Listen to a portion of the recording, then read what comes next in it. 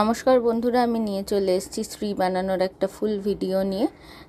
দেখো, তোমরা আগের ভিডিওতেই দেখেছিলে আমি একটা সবুজ কালার দিয়ে একটা সবুজ ডো তৈরি করছিলাম। তো ওটা অ্যাকচুয়ালি এই পাতাটার জন্যই করছিলাম।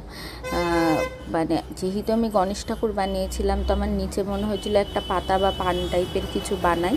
তো সেই কারণে আমি এই পাতাটা বানাচ্ছিলাম। তো পাতার একটা শেপ দিয়ে দেখো, দেশলাই কাঠি দিয়ে যেরকম করে একটা মানে পাতার শিরাগুলো তৈরি করে নিচ্ছিলাম। এবং পুরো ভিডিওটা তোমরা আজকে দেখতে থেকো, তাহলে তোমরা বুঝতে পারবে কিভাবে আমি স্টেপ বাই স্টেপ এই গণেশটাকে তৈরি করেছিলাম। অতটা মানে পাকাপোক্তভাবে হাত নয় আমার, বা সুন্দর অতটা করতে পেরেছি কিনা সেটা তোমরা অবশ্যই কমেন্টে জানিও, বাট চেষ্টা আমি পুরোটাই করেছি। তো ফুল ভিডিওটা আজকে দেখতে থাকো। যারা যারা নতুন, চ্যানেলটিকে সাবস্ক্রাইব করে নিও, এবং যারা যারা পুরনো বন্ধু আছো তারা অবশ্যই ভিডিওটিকে সাপোর্ট করো, লাইক শেয়ার কমেন্ট করো, এবং নিজেদের মতামত অবশ্যই জানিও। তো পাতা তৈরি হয়ে গেছে, পাতাটিকে বসিয়েও দিয়েছি, এবং তারপরে পাটা তৈরি করে নিচ্ছি। দেখো কিভাবে পাগুলো একটু একটু করে নিয়ে সেগুলোকে শেপ দিয়ে দিয়ে জাস্ট বসিয়ে দেওয়া। এবং যেহেতু আমি পুরোটাই তেল দিয়ে তৈরি করেছি, তোমাদের আগের ভিডিওতেও বলেছিলাম, তো সেহেতু এগুলোকে ধরে রাখা খুবই টাফ ব্যাপার হয়ে যাচ্ছিল। যেরকম শেপটা আমি দিতে চাইছিলাম সেটা অনেকটাই তেলের কারণে মানে নুইয়ে পড়ছিল বা নেতিয়ে যাচ্ছিল। যেহেতু অয়েলটা অনেকটাই দিতে হয়েছে, না হলে সেটা হতো না, ঝুরঝুরো হয়ে যেত। তো সেই কারণে একটু তো প্রবলেম হচ্ছিলই, সেটা স্বাভাবিক কথা। যেটা আর কি কলা গঙ্গা জল দিয়ে মাখার পরে একটা পুরো আঠালো ডো তৈরি হয়, সেটা এটাতে ছিল না, তাই একটু প্রবলেম আমার হচ্ছিল। বাট তাও আমি দেখো কেমনভাবে কি করেছি। তো পা বানানোর সাথে সাথে আমি যেটা করছিলাম, অল্প অল্প করে দেখো আমি একটা উপর দিয়ে পায়ের উপরে একটা পাতলা টাইপের আস্তরণ মতো করছিলাম, যেটা কিনা আমি পরে ধুতির শেপ দেব। তো সেটা আগে থেকেই বসিয়ে নিতে হবে পাটা বানানোর সাথে সাথে, কারণ পরে যখন পুরো বডির স্ট্রাকচারটা বসে যাবে ওটাকে আর বসানো যাবে না। তো ওই জন্য আমি ধুতিটাও আগে থেকে মানে শেপ দিয়ে নিচ্ছি। এবং ধুতিগুলোকে দেখো একটা কাঠি বা টুথপিকের সাহায্যে একটা জাস্ট দাগ দাগ করে দেবে, যাতে ওটা প্রমিনেন্ট ধুতির মতো একটা মানে ওয়েভটা মনে হয়। এবং তারপরে যেটা করছিলাম সেটা হচ্ছে আমাদেরকে এরপরে আপার বডিটা বানাতে হবে। তো এবারে একটা গোল বল মতো করে নিতে হবে, করে নিয়ে সেটাকে গোল করে একটা পেটের শেপ দিতে হবে, এবং আর একটা মিডিয়াম সাইজের বল করে মানে মিডিয়াম বলবো না, ওটা আরেকটু ছোট বল করে সেটাকে বডির মানে চেস্টের শেপ দিতে হবে। তো দেখো এরকমভাবে নিজেদের মতো করেই মানে যার যেরকম প্রয়োজন, যে যতটা বড় বানাচ্ছ সেই মতো করে আইডিয়া করে তোমাদের এই শেপগুলো দিতে হবে।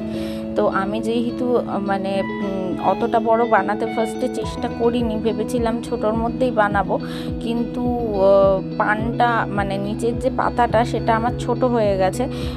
সেটা আমি আরেকটু বড় করলে, বা আমার থালাটাও আরেকটু বড় নেওয়া উচিত ছিল, ফলে তাহলে আমি কি করতে পারতাম যে পানটা দেখা যেত। যেহেতু ধুতি এবং পায়ের শেপগুলো দিতে দিতে দেখো পানটা ঢেকে গেছে প্রায় আমার।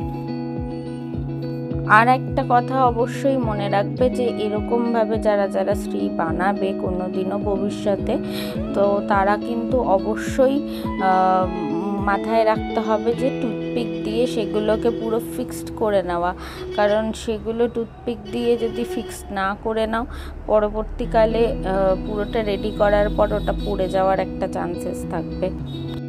তো এইভাবেই একে একে হাত এবং তারপরে তোমার মাথার যে শেপটা, মাথা এবং সুর, সেগুলো সবটাই দেখো ধীরে ধীরে আমি তৈরি করতে থেকেছি।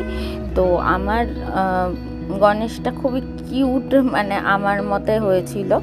তো তো তোমরাও যারা যারা এরকম কিছু বানাবে বা বানিয়েছো আগে আমার সাথে অবশ্যই শেয়ার করো, আমার খুব ভালো লাগবে তাহলে যে কারা কীরকম কী শ্রী বানিয়েছো। আমি জানি আমার থেকে অনেক ভালো তোমরা বানাতে পারো, কিন্তু আমার এটা ফার্স্ট মানে ট্রাই ছিল এরকম একটা বানানোর, কারণ আমি প্রত্যেকবার যেরকম বানাই সেগুলো খুবই মানে যেরকম সবাই বানায় কুলো ঝাঁপি এগুলো তোমরা দেখেছো আগের ভিডিওগুলোতে। তো এই প্রথম আমি এরকম একটা মানে মূর্তি বানিয়েছিলাম, তো আমার তো খুবই ভালো লেগেছে। তোমাদের কীরকম লেগেছে অবশ্যই জানিও।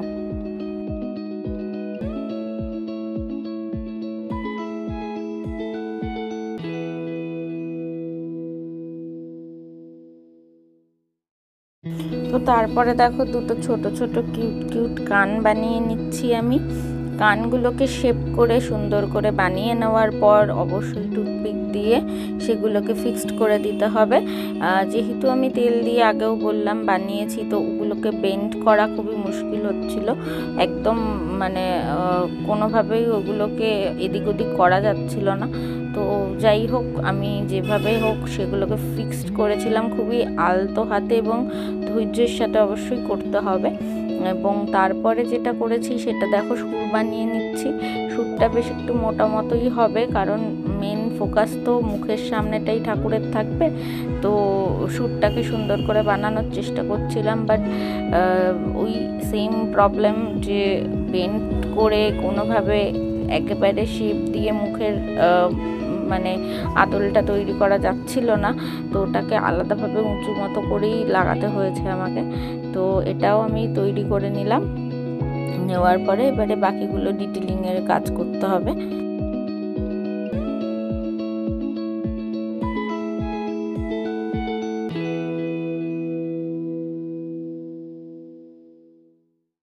তো এরপরে দেখো আমি চোখের সামনে দুখানা মানে গর্ত মতো একটু করে দিলাম, যাতে চোখটা সুন্দরভাবে ডিটেলিং করা যায়।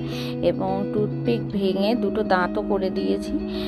একটা দাঁত যেহেতু ঠাকুরের ভাঙা থাকবে এবং একটা তীক্ষ্ণ থাকবে, তো সেইভাবে দুটো টুথপিককে ভেঙে তোমরা দাঁত তৈরি করে নিতে পারবে, যেরকমটা আমি করে নিয়েছি এখানে। এবং তারপর একটা কাঠির সাহায্যে চোখটাও এঁকে নিচ্ছি, মানে যাতে বোঝা যায় ওটা মানে চোখের আদলটা একটু তৈরি করে নিলে মোটামুটিভাবে ওইখানে যখনই তোমরা মণিটা মানে মণি বলতে যে কোনো কালো কিছু দেবে, যেহেতু কালো এখানে চলে না, তো যাই হোক আমি যেটা দিয়েছি সেটা তোমাকে আমি পরে বলছি, তোমরা ওরকম কিছুই দিতে পারো। তো এরকমভাবে চোখটা রেডি করে নিলাম।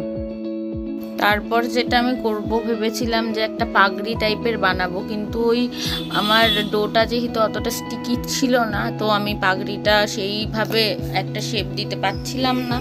তো তারপরে আমি চেষ্টা করলাম যে একটা মুকুট মতো তৈরি করে দিই। তো তারপরে আমি যেটুকু বেঁচে ছিল আমার হলুদ কালারটা, তো সেটা দিয়ে আমি একটা ছোট্ট মুকুট মতো তৈরি করে দিয়েছিলাম।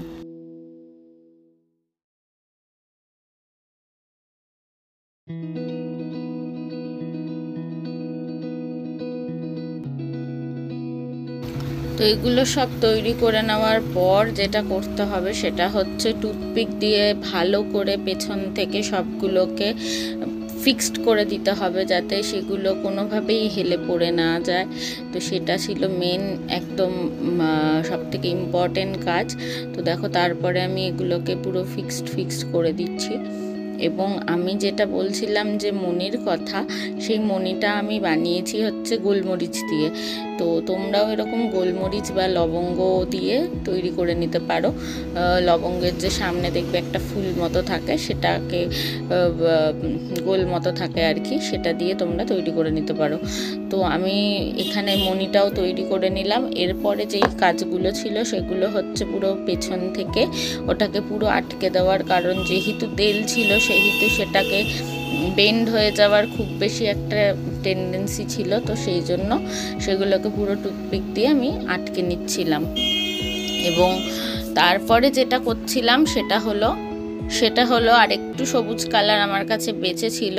তো আমি মাথার ওই মুকুটের পাশে একটা ছোট্ট পালক মতো তৈরি করার চেষ্টা করছিলাম, যেটা আর কি ময়ূরপুচ্ছ থাকে। তো সেরকমভাবে খুব ডিটেলিংয়ে তো করা যাচ্ছিল না, বাট যে যতটুকু পেরেছিলাম ওই জন্য ওই বাকি সবুজ অংশটা দিয়ে একটা ছোট্ট মতো পালকের শেপ আমি দিয়ে নিচ্ছিলাম। এর পরের কাজটা ছিল সব থেকে মজার। এই সবগুলো করে নেওয়ার পর যেটা আমি তৈরি করছিলাম, সেটাকে যেহেতু আমি কালার করব, তাই জন্য আমি সেটাতে আর তেল মেশাইনি, কারণ ওটা না হলে আমি তৈরি করতে মানে আবার আমার প্রবলেম হতো। তো এটাকে আমি গঙ্গা জল দিয়ে মেখেছিলাম। যেহেতু গঙ্গা জল দিয়ে মেখেছিলাম, এটা খুবই স্টিকি ছিল। তো এটা দিয়ে দেখো আমি তৈরি করে নিচ্ছি গণেশ ঠাকুরের খুব পছন্দের লাড্ডু, এবং সেটা একটা বাটির মধ্যে থাকবে, এবং গণেশ ঠাকুরের হাতে থাকবে একটা মোদক, যেটা গণেশ ঠাকুরের খুব প্রিয়। এবং তার সাথে আমি গণেশ ঠাকুরের বাহনও তৈরি করে নিচ্ছি, যেটা ছিল একটা ছোট্ট মিষ্টি ইঁদুর। তো এটা দেখো করে নেওয়ার পর তারপর আমি একটা ছোট্ট ঠাকুরের তিলক তৈরি করে নিচ্ছিলাম। সেই তিলকটাকে আমি কপালের সামনে লাগাতে চেষ্টা করছিলাম, বাট ওটা একটু বড় হচ্ছিল বলে আমি একটু উঁচু করে লাগিয়ে দিয়েছিলাম। এরপর ছিল কালার করে নেওয়ার পালা। তো যাদের যেরকম কালার পছন্দ তোমরা করতেই পারবে, আমার যেরকম পছন্দ আমি করে নিয়েছিলাম। তো ভিডিওটা সম্পূর্ণ দেখার জন্য ধন্যবাদ। কার কীরকম লাগলো অবশ্যই কমেন্ট করে জানিও।